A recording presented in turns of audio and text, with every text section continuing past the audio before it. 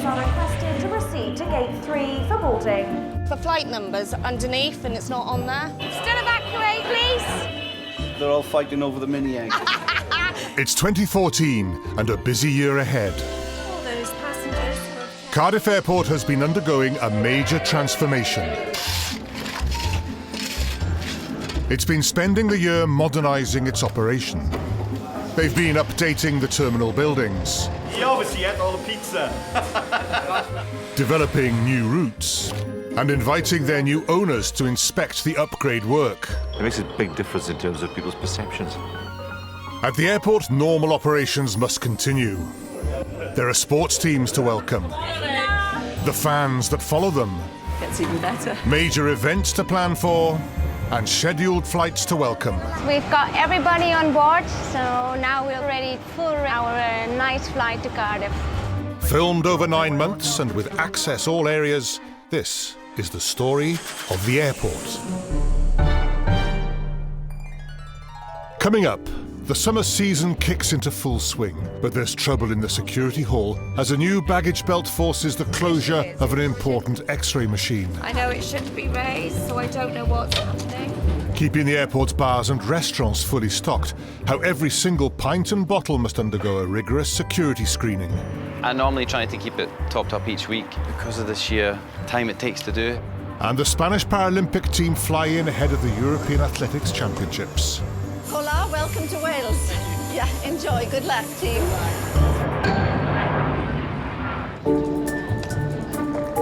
It's a warm summer's day, and the terminal is buzzing as the holiday season nears its peak. With the car parks almost full and the bars and restaurants brimming, it's a busy time for everyone at the airport. On the front line are the check-in staff from ground handlers Swissport. Won't be a second now, it's okay. Terminal Operations Manager Nicola Lloyd and her team will today be handling dozens of flights in and out of the airport. We have opened check-in a bit earlier to get the passengers in because we've got a deadline for check-in to close. All the passengers have to be checked in and through departures in time to board. With passengers arriving at the check-in desks, Nicola wants everything to be as smooth as possible. But one common problem is passengers arriving with overweight baggage. There is no leeway on the luggage. The airlines are very strict. But obviously, if there's a couple, for instance, travelling with another couple and they're under their luggage limit, then we would let them put some of their luggage into theirs. We're not that horrible. Check-in may already look busy, but with 6 charter flights departing this morning, over 1,000 passengers must pass through these desks. Do you want to pop your next one on for me? All the flights, they seem to happen at once. We'll have a really, really busy section. It's actually quite quiet at the moment. Probably give it another half an hour and they'll all flood in. Nicola's been called back to the office as an airline crew member has been delayed getting to the airport. Oh, is he? How long's he going to be? The first officer for the outbound Edinburgh is stuck in traffic, but I know there's roadworks apparently down at Culverhouse Cross. We'll just have to hold it now until he arrives. We can still board because the captain's here. With some airlines, if the captain's not on there, we can't board until he's on the aircraft. So we'll board it and get it all ready, so as soon as he comes in, they can go. A second issue quickly follows when staff can't locate a booking for a passenger trying to board one of the charter flights. I flew in from Lanzarote on Sunday, fine coming over, but when I've come in today now, I've given the lad my paper, my confirmation. It's basically said there's no trace of me on the system at all. Or sometimes if the passenger had only booked it, say, this morning, then it wouldn't be in the system yet, in our system. So we need to ring them just to confirm that they are on the flight. The name, Blake, spelled Bravo Lima Alpha. He's off now in the office waiting to see what he can do and see if he can find my name somewhere, so just guess all I can do is wait. On busy days like today, the airport operations assistants play an important role in ensuring the terminal runs like clockwork. Which car park are you parked in, sir? AOA's Angela and Marie know the airport inside out. Over the years, they've learnt that no 2 days are ever the same. Okay. Yeah. This job is great, isn't it? Because it's mobile and you're kind of your own boss. You know what you've got to do. And it's so varied as well, which is the best thing about the job. You know, every day is a different day. was asked earlier how far we walk, but I said I wouldn't like to say. I know, we should put on a little thing on our waist, shouldn't we? A pedometer. Angela's headed airside to border control. If you have chip passports, you can use the e-gates. She's now assisting with a plane load of passengers arriving from Malaga. Right, I've just had a lost property call from somebody who's over in check-in area, so I need to head back to the office. Our job is a lot to do with lost property. It's surprising how much stuff gets left. Today's date. Back in the office, records are kept of all items left behind at the airport. And it's not long before Angela locates the missing item. Oh, that's the one. There you go, another big item. All sorts of things end up in lost property, and today it's a beach parasol, which has been brought home from a family holiday. We were lost without that. Were you in the sun? I was. Thank you. Just pop your name and address there. There you go. Another happy customer. All right. Thank you very much. Bye-bye. Bye now. Cardiff Airport is now at the busiest time of the year, with thousands of summer holiday makers jetting off to destinations around the world. With around 50 planes departing and landing each day, there's a lot going on. For Head of Customer Service Margaret James, it's a particularly busy day. She has to welcome nearly 50 tourism ambassadors for a special conference and guided airport tour. I am very, very excited. There's a huge bit of hubble and bubble going on in the other room. And apart from that as well, then we have the athletics programme. We've got the Paralympic Games taking place in Swansea this week. And we have about 220 athletes coming in. So we're working on that programme as well. So it's a very busy day, but a fabulous day. This is what this airport always thrives on. With the Paralympians arriving at the same time as the conference, she'll have her work cut out to be in two places at the same time. Have you got the sheet on you with the departure times on it for the flights? I'm going to try and jiggle it with these guys now. By the time they get through security, while they get through security, I'll be able to join them there. And I'll go and see this flight come in and whiz down behind you. I'm only going down for 5 minutes, but it's just to check the volunteers and things. So is that okay? With 50 people in one room and the outside temperature rising, things are now starting to warm up for the tourism ambassadors. Walk out by there a bit if you want to walk around a bit. We're all going to be in bikinis by the end of the day, aren't we? Says, oh, I know. Are we waiting for... tea and coffee's coming now any second. While the ambassadors have time to enjoy some refreshments, Margaret must rush to meet the plane carrying the Paralympians from Spain, which is now on its final approach. Hello, Dawn. How are you doing? Come on, girl, you can make it. Keep going.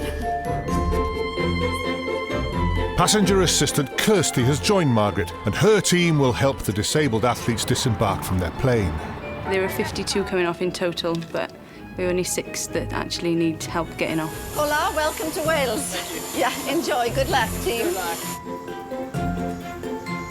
They're going downstairs into baggage, they'll collect all their kit, and then there's buses waiting for them outside, and a load of volunteers. I'm going to go again now to join the ambassadors. Never stops. Good job I'm running today. It's a mad dash for Margaret, who must quickly compose herself before leading the ambassadors on their guided tour. The beaches of Wales. So you can see how impressive that is. It's been very successful on both counts. We've catered for the athletes, which is a main priority. And then for showcasing this is the Ambassador Wales programme. I'm a bit tired, but I am delighted. A glass of wine might be on the cards, either that or a gin and tonic, depending what time I get away. But no, but it's worth it, as you can see. It's been fantastic today.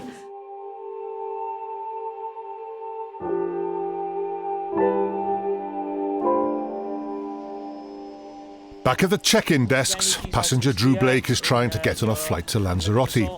But with no record of his booking, he's been forced to wait as staff attempt to get to the bottom of the problem. And finally, it looks like there may be some good news.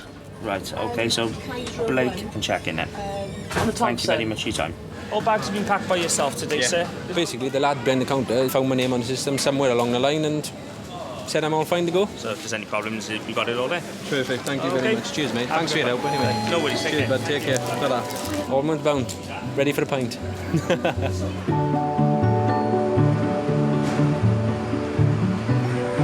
As Drew's bags are checked in, they join hundreds of others, all heading on a maze of conveyor belts to be sorted and loaded onto flights. They come right around on the belts. The boys will take one of the bag tag numbers off and put it onto a bingo card, which then the dispatcher will check all his or her bags, make sure they're correct for that particular flight.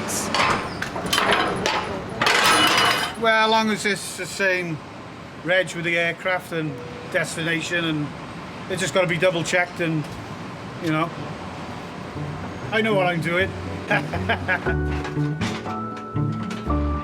With up to 2,000 bags expected to pass through the airport today, the baggage handlers will have their work cut out.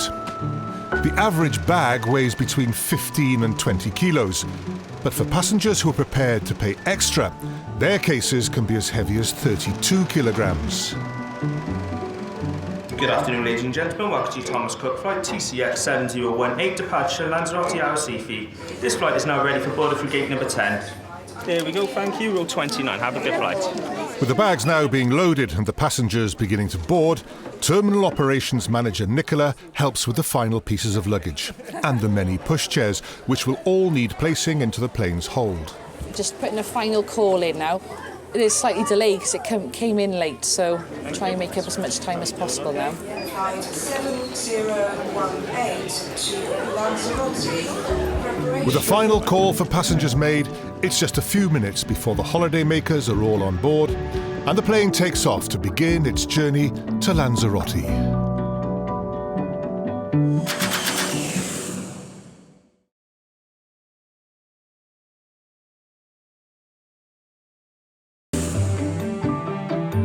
Cardiff Airport is in the middle of the main summer season, with thousands heading off for trips to the sun. As the terminal bustles with holidaymakers, staff are also preparing for what will be the biggest event in the airport's long history. In just 3 weeks' time, dozens of world leaders will be arriving at the airport for the NATO Wales Summit, and with them, hundreds of support staff and members of the media.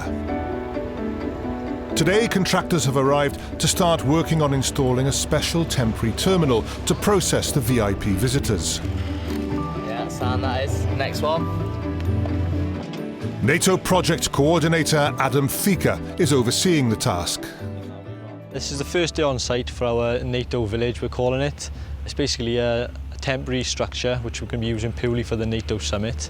It'll be an arrivals hall and a departures hall, and then all the NATO flights and delegations will come through the NATO village. So the airport can maintain its day-to-day operations as any other normal day. They're setting out the floor now, but the structure should be up within 3 days. It'd just be a big tent, really, a posh tent. Canvas roof, glass external walls. It'd be quite a high-spec finish inside, obviously, because of the personnel that will be travelling through the village. Yeah, just a big tent, really. Each day, the airport welcomes dozens of disabled customers and those with reduced mobility.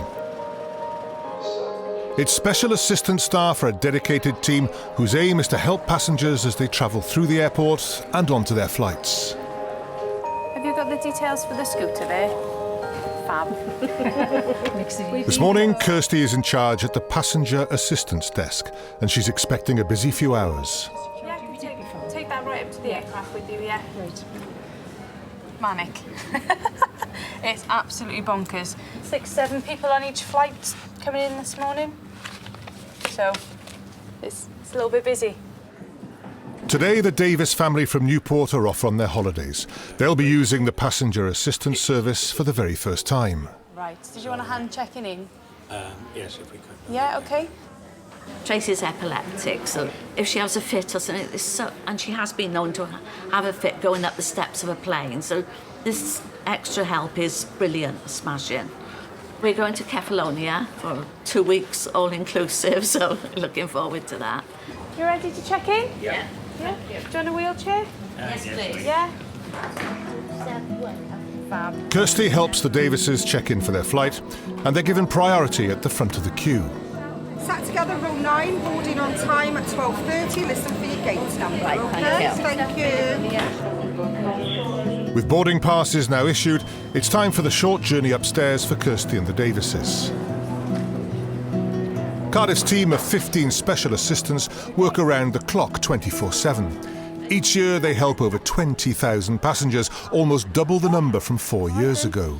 We'll see you at 12:15. Thank you very much. All right, see you. Thank you. Basically, we've brought our passengers up to the waiting area. They've gone, but they were here, and we'll leave them here now until boarding time. We'll come back up, collect them, and then take them to their aircraft. An hour later, passenger assistant Marion Hughes has arrived to take the Davises to their plane. There you go. All right. The special assistance team is highly experienced, and Tracy is soon safely on her way to Greece.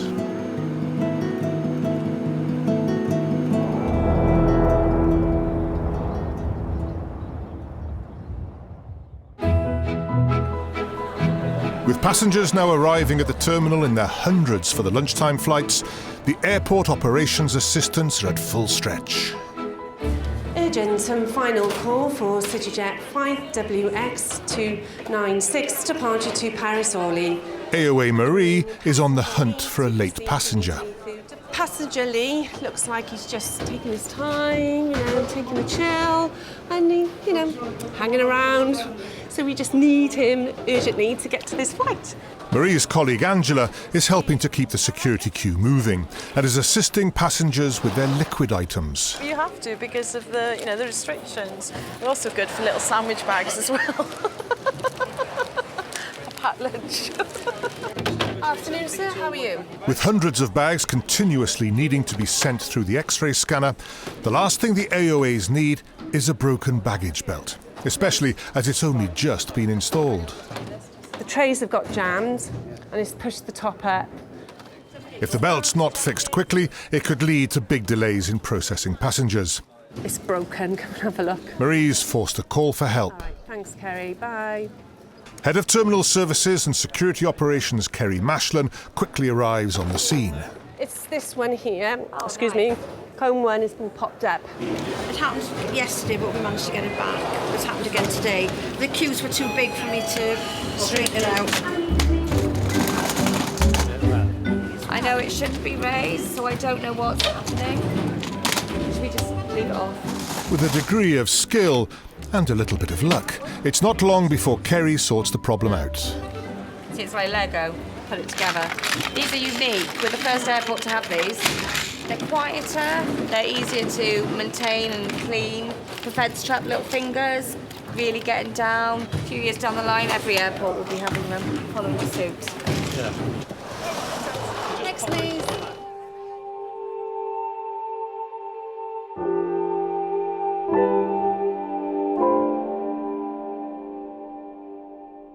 For many, the holiday always begins in the airport's restaurants and bars. At this busy time of year, thirsty passengers can get through up to 2,000 pints of beer and cider a day. You've got 200 people each plane, and between now and lunchtime you've got 5 planes, so there should be 1,000 people coming through here. So hopefully we'll serve at least 600 here, maybe 300 here. It's good. It's just difficult when they all come at once, but we always get there. We do always get there. It's good. Keeping the bars stocked involves a lot of work, but unlike in other pubs and restaurants, airport deliveries are a lot more complicated. It's quite interesting. It's quite labour intensive. Unit manager Robin Thompson is expecting a delivery and has to leave the terminal and walk to the vehicle checkpoint, where the delivery truck is now being held. Same as any airport restrictions, these gentlemen that are going to come in, they're going to have to get visitors passes, and then they're going to have to be accompanied by me in the van all the time for driving. So the guys are now just he's going to check the cabin, make sure the cabin's all clear, there's no dangerous items that need to be left behind, and they'll leave them here at security while they go through. Every single item brought into the airport has to be thoroughly checked and cleared by security. All the items will be brought off individually, scanned separately, and then taken back on the truck, where we'll take the truck across to here, and again we'll unload there. We'll then carry it up the stairs to the left and unload again on the back. I normally try to keep it topped up each week because of the sheer time it takes to do. If you get a large delivery, you could be here for 4 hours.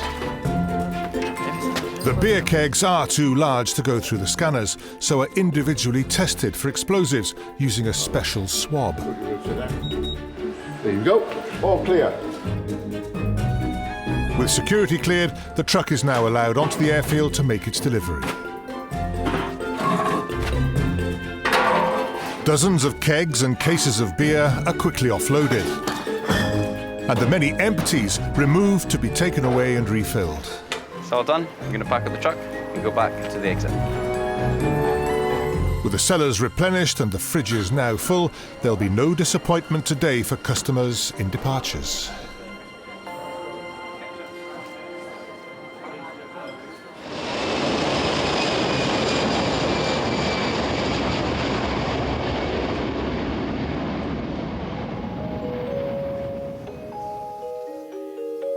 Back on the airfield, work is progressing fast to install a special temporary terminal for the NATO summit.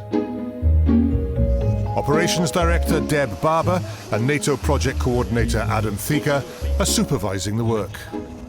It's a huge operation because what we're doing really is creating a temporary airport on this side of the airfield. The structure is up for the departure hall and the arrival hall, and the external envelope is going on now, as you can see. This village is purely for NATO. The heads of state and some other people within the delegation will be exempted from all national procedures and will be brought from their aircraft in cars directly off the airport. But some of the bigger delegations will have up to 100 other people travelling with them.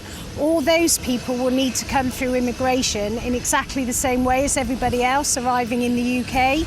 So we can do all the border force procedures here, and they can then be in the country and go off to Celtic Manor.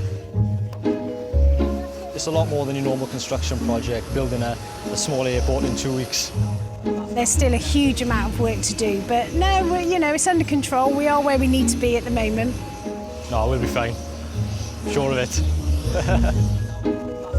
You know, we're really proud of the way we handle special events, and this is the biggest this country has ever seen. So, you know, for us to be doing that is just fantastic.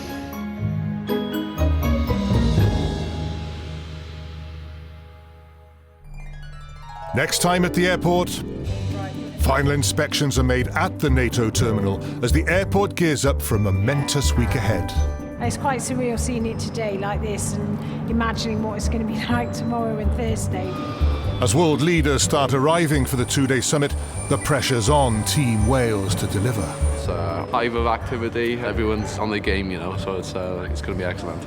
And there's a moment of light relief as an ice bucket challenge brings laughter to the NATO terminal. I'm ready.